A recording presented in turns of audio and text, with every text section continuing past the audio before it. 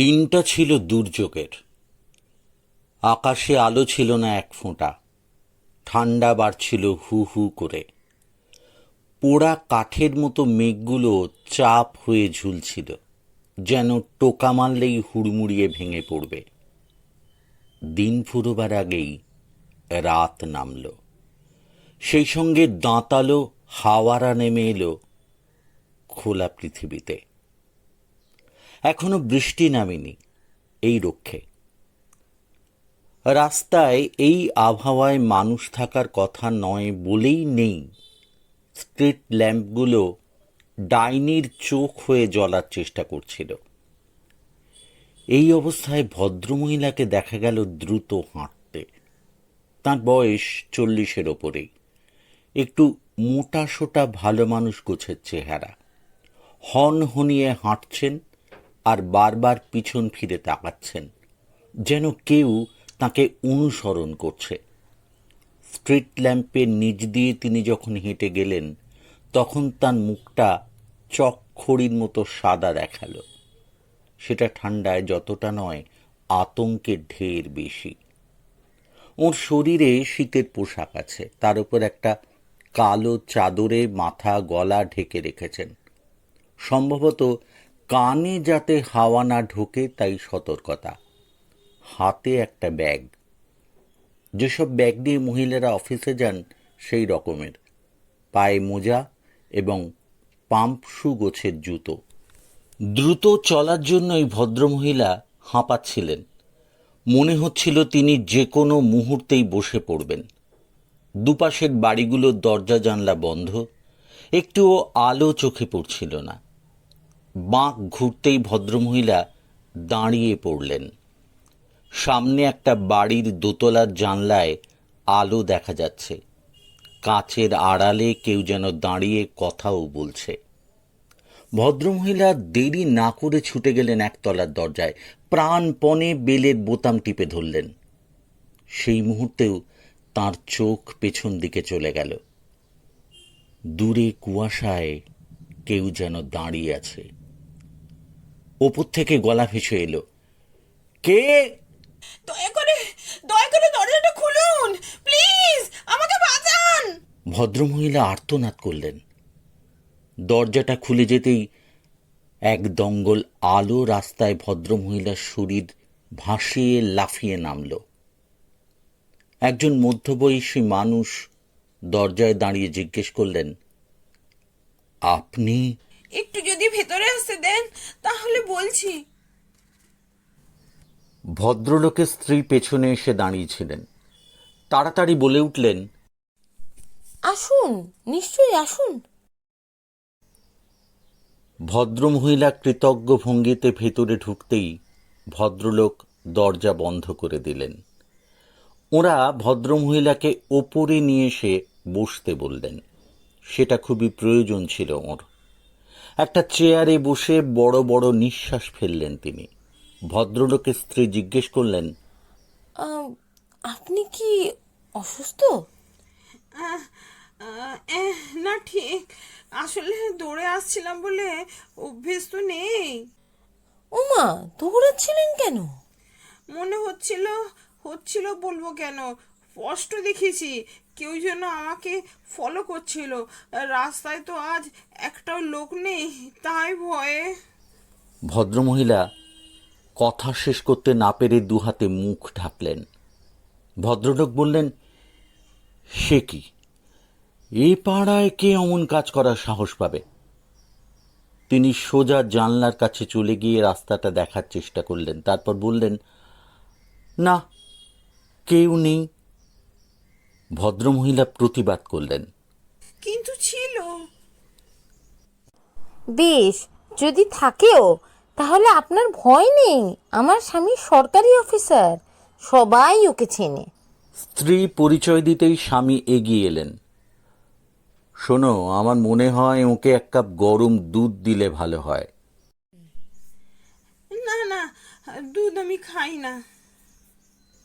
ভদ্রমহিলা আপত্তি করলেন। ভদ্রলোক হাসলেন। শৈশব থেকে অনেকেই বদ অভ্যেসটা করে ফেলে। বেশ, কফি চলবে? ভদ্রমহিলা আরও সংকুচিত হলেন। না না, আমার এসব লাগবে না। ভদ্রলোকের স্ত্রী জিজ্ঞেস করলেন, আচ্ছা, এই বিচ্ছিরি আবহাওয়ায় আপনি কোথায় যাচ্ছিলেন?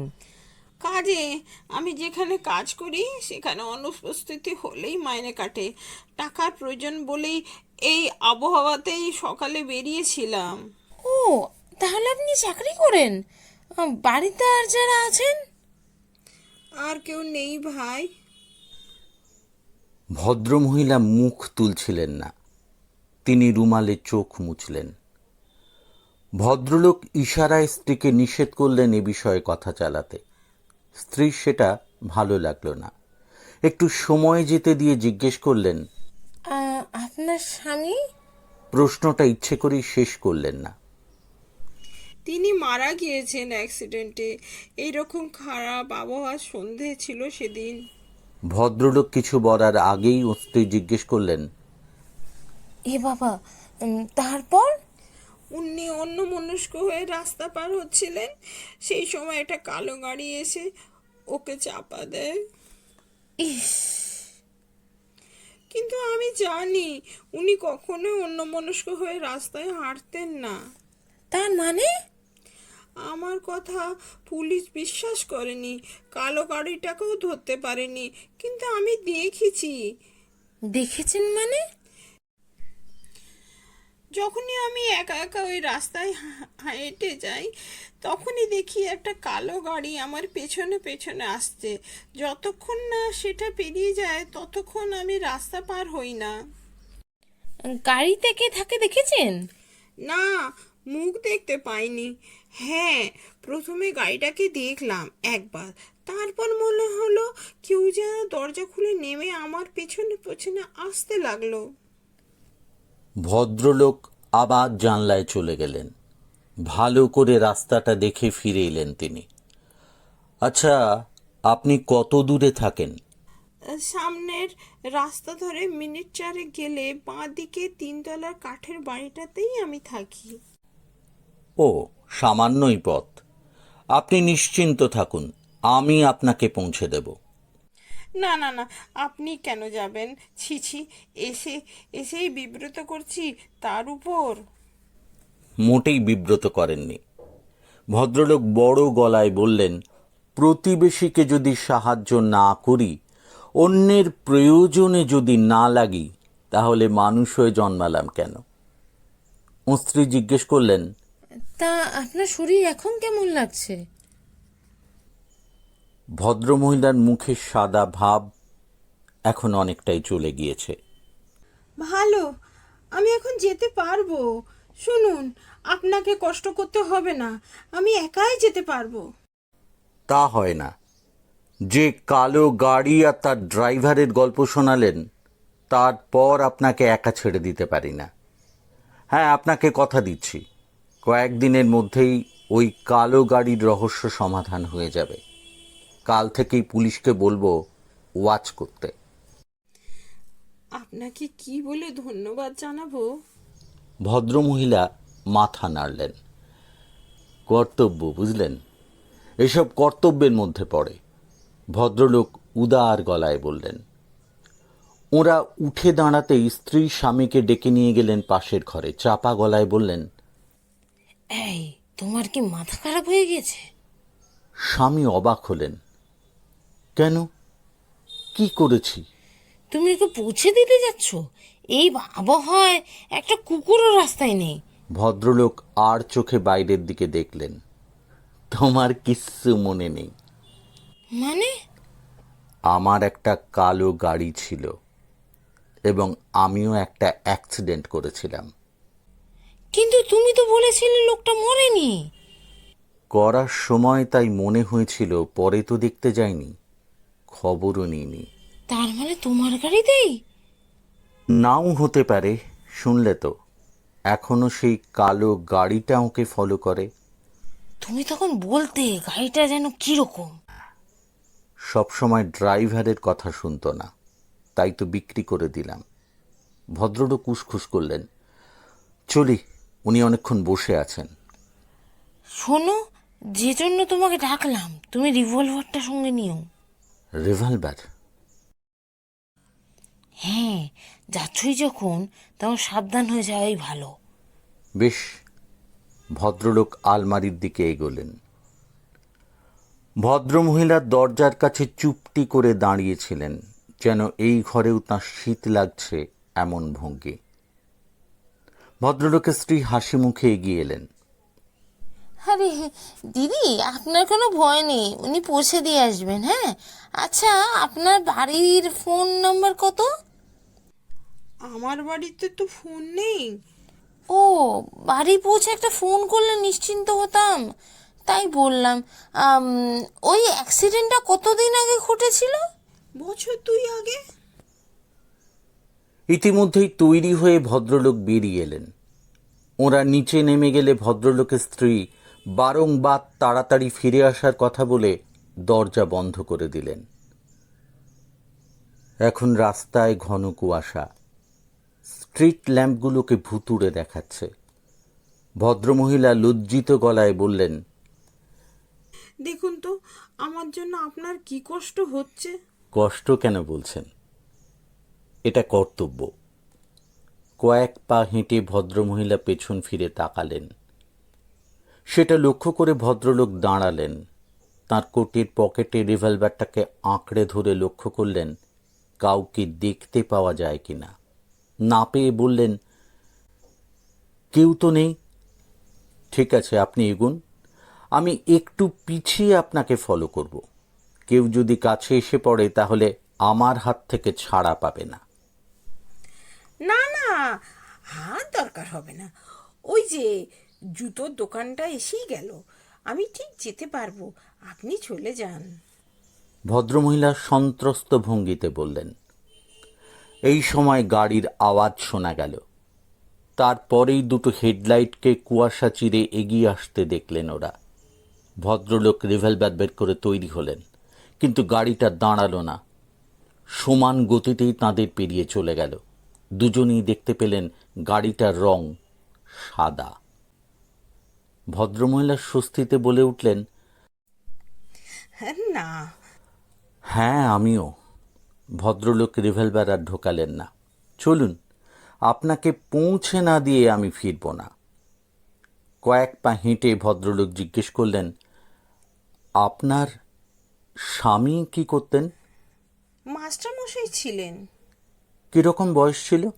এই আপনারই বয়সী। ভদ্রলোক ঢোক গেলেন। তা উনি কি দুর্ঘটনাস্থলেই মারা গিয়েছিলেন? হ্যাঁ, পুলিশ তাই বলেছিল। কিছু দূর যাওয়ার পর ভদ্রমহিলা বললেন, আমি এসে গিয়েছি, আর চিন্তা নেই। ও, বাড়িটায় আলো জ্বলছে না? ও বাড়িটায় আলো জ্বলে না, পুরনো বাড়ি, দোতলায় আমি ছাড়া কেউ থাকে না, 3তলাটা বন্ধই থাকে। চলুন, আপনাকে আপনার ফ্ল্যাটে পৌঁছে দিয়ে আসি। না না, কোনো দরকার নেই, আমি ওই সিঁড়ি ধরে দোতলায় উঠলেই ফ্ল্যাটের দরজায় পৌঁছে যাব, আর আমার কোনো ভয় নেই। বেশ, তাহলে চলি। হ্যাঁ, অনেক ধন্যবাদ। বলেই ভদ্রমহিলা কাঠের সিঁড়ি দিয়ে ওপরে উঠতে লাগলেন। তিনি যতক্ষণ না চোখের আড়ালে না গেলেন, ভদ্রলোক দাঁড়িয়ে রইলেন। তারপর নিঃশ্বাস ফেলে বাড়ির পথ ধরলেন। কয়েক পা হাঁটার পরই মনে হলো কেউ যেন তার পেছনে আসছে। স্পষ্ট পায়ের শব্দ শুনতে পেয়েছেন তিনি। ঘুরে দাঁড়িয়ে লক্ষ্য করলেন, কুয়াশা এখন এমন ঘন হচ্ছে যে কাউকেই দেখতে পেলেন না। রিভলভারটা উঁচিয়ে কয়েক পা এগিয়ে যেতেই গাড়ির শব্দ কানে এলো। একটা গাড়ি যেন আসছে, কিন্তু তার হেডলাইট নেভানো। সেটা জ্বললে তিনি দেখতে পেতেন। দ্রুত ফুটপাথের শেষ প্রান্তে চলে এলেন তিনি। গাড়িটা রাস্তা দিয়ে বেরিয়ে যাক, তারপর তিনি যাবেন। কিন্তু সরে আসা মাত্র শব্দটা থেমে গেল। কুয়াশাটা এখন পাক খাচ্ছে সর্বত্র। স্ট্রিট ল্যাম্পগুলোকেও গিলে ফেলছে তারা। তিনি আবার পা ফেলতেই গাড়ির শব্দ শুনলেন, যেন গাড়িটা ওত পেতে ছিল এক পাশে, তাকে চলতে দেখেই সক্রিয় হয়েছে। ভদ্রলোকের সমস্ত শরীরে কাঁটা ফুটল। ওই ঠান্ডায় কুয়াশায় দাঁড়িয়েও হাতের মুঠোয় ধরা রিভলভারটা ভিজে উঠল। তার মনে হলো এগোনোটা বুদ্ধিমানের কাজ হবে না। তিনি এক দৌড়ে পেছন দিকে চলে এলেন। ভদ্রমহিলার বাড়ির কাঠের সিঁড়িটা দেখতে পেয়ে পেছন ফিরে তাকালেন। না, কেউ নেই। তার মনে হলো একা ফিরে যাওয়া ঠিক হবে না। থানায় একটা ফোন করে সাহায্য চাইতে হবে। ফোন কোথায় পাওয়া যায়? ভদ্রমহিলা নিশ্চয়ই সাহায্য করতে পারেন। তিনি দ্রুত কাঠের সিঁড়ি বেয়ে ওপরে উঠতে লাগলেন। ভদ্রমহিলা বলেছিলেন দোতলায় উনি একা থাকেন, অতএব ওকে খুঁজে পেতে অসুবিধে হবে না। দোতলায় উঠে পা বাড়াতে গিয়ে কোনো মতে নিজেকে সামনে নিলেন ভদ্রলোক। সিঁড়ির সামনে বারান্দা বা করিডোর বলে কিছু নেই। কাঠগুলো অনেক আগেই খসে পড়ে গিয়েছে। ওপাশের দরজাটা ভাঙা এবং অন্ধকার। সিঁড়ি দিয়ে উঠে ভদ্রমহিলা এই শূন্য দিকে হেঁটে গিয়েছেন। গল্পটা ভালো লাগলে লাইক করবেন, শেয়ার করবেন আর সাবস্ক্রাইব করবেন।